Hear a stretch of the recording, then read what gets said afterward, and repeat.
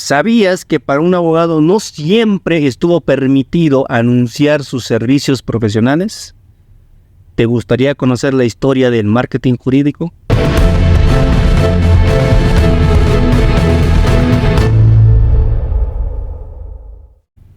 ¿Cómo estás? Un gusto saludarte, Wenceslao Chávez, en este nuevo episodio de Legalmente Hablando.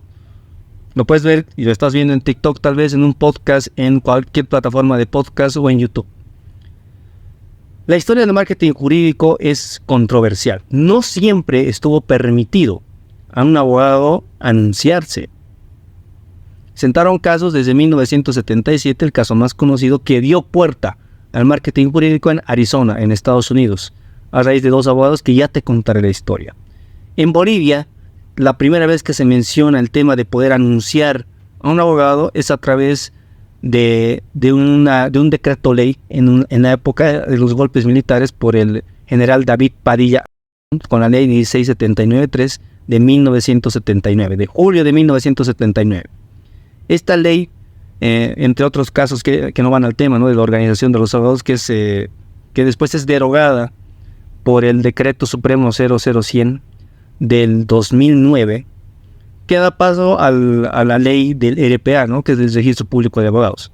Pero esta ley de aquel año de 1979, en su artículo 26, por primera vez nombra que un abogado puede anunciar con ciertas limitaciones. Y el artículo es sencillo, dice: los avisos profesionales se limitarán a ofrecer servicios en la especialidad del abogado sin asegurar el éxito de sus defensas, ni ofrecer medio que atente a la ética profesional o a la lealtad colegial. Es la primera vez que se menciona.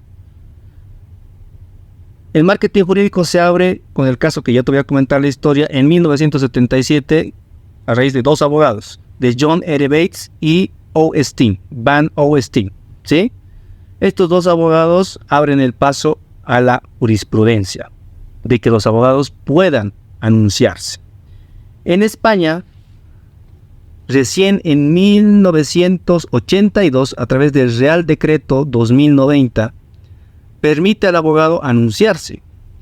Esto se deroga y también se dan ciertas otras limitaciones. Está mucho más avanzada la legislación en España en cuanto al anuncio del abogado, con otro Real Decreto 658 del 2001. Que va reglamentando la publicidad del abogado en el ejercicio de sus funciones, esto en España.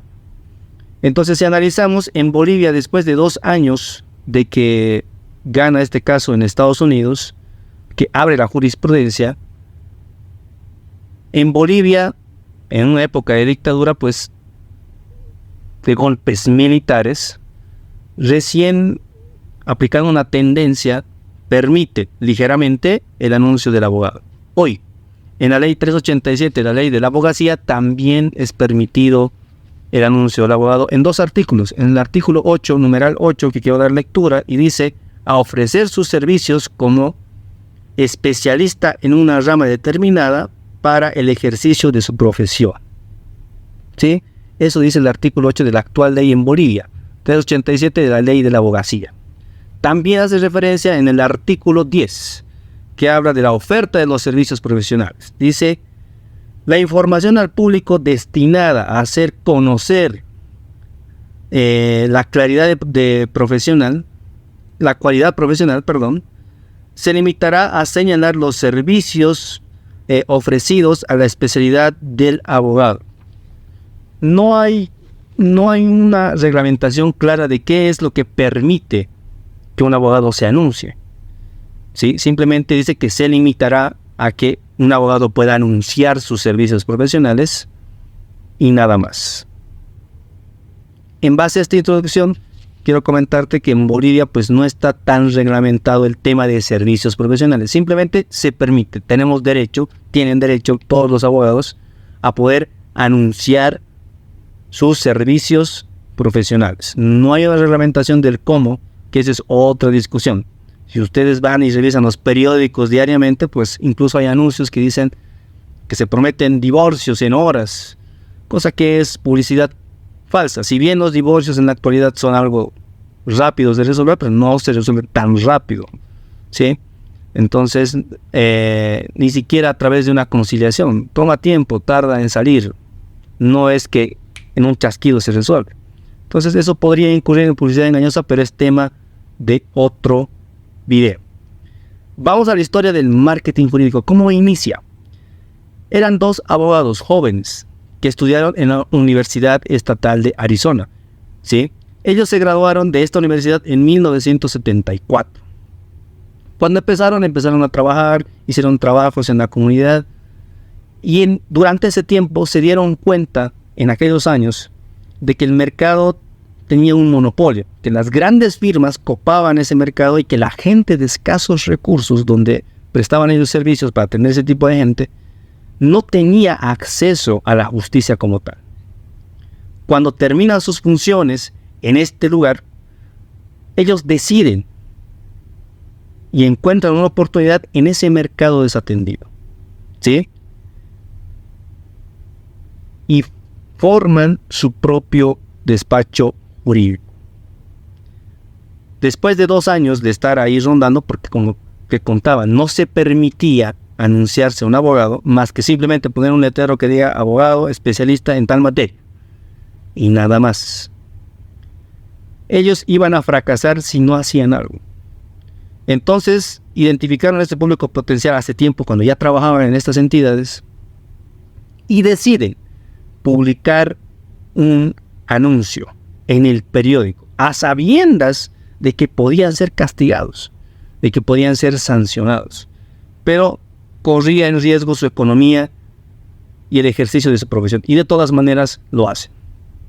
Y publican un anuncio más específico, con una tabla de precios y ciertos servicios, en el periódico de Arizona Republic. Y una vez que hacen esto, pues pasa lo inevitable. La organización de abogados de ese país los sanciona. Al percatarse de esta situación, los sanciona con 1 semana de no ejercer su profesión. Ellos, indignados, no se rinden y recurren a un ex docente o maestro que tenían en la universidad, que es William Canby, ¿sí? Este profesional, al conocer su caso, ve una oportunidad, porque era un abogado experimentado. Entonces, incluso llega a poder contemplar la idea de que esto podía sentar una jurisprudencia importante y podía hacerse un caso famoso. Por esas razones que toma el caso y presenta su apelación ante esta organización, que podría ser tal vez en nuestro contexto el Tribunal Supremo de Justicia, el Tribunal Departamental de Justicia, por etapas, ¿verdad? Entonces presenta su apelación al Tribunal Supremo de Arizona, que era en ese momento. Pues pasa lo que tenía que pasar, le rechaza. ¿Por qué? Porque los abogados vienen de una tradición muy solemne, y anunciarse se tomaba como algo degradante y no era muy bien visto, mucho menos si democratizaban el servicio al acceso a un abogado con precios tan bajos como los que ponía estos dos abogados, John R. Bates y Van O. Steen, ¿sí? Era muy bajo. Ellos pusieron ese precio para generar movimiento en ese público desatendido. Entonces les negaron. ¿Qué hizo el abogado William Canby? Apeló nuevamente, pero esta vez al Tribunal Supremo de Estados Unidos. Es allí que se genera ya una controversia y recibe el nombre que se conoce hasta hoy en día, que es el caso de John R. Bates y Van O. Steen contra State Board of Arizona. Está así caratulado el caso.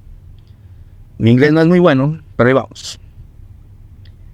De esa manera es que el abogado gana este caso, gana el caso y permite, a partir de ese momento, ellos dicen que no viola ninguna ley, porque habían dos cosas que estaban apelando, ¿no? La ley antimonopolio de Estados Unidos y la primera enmienda, ¿verdad?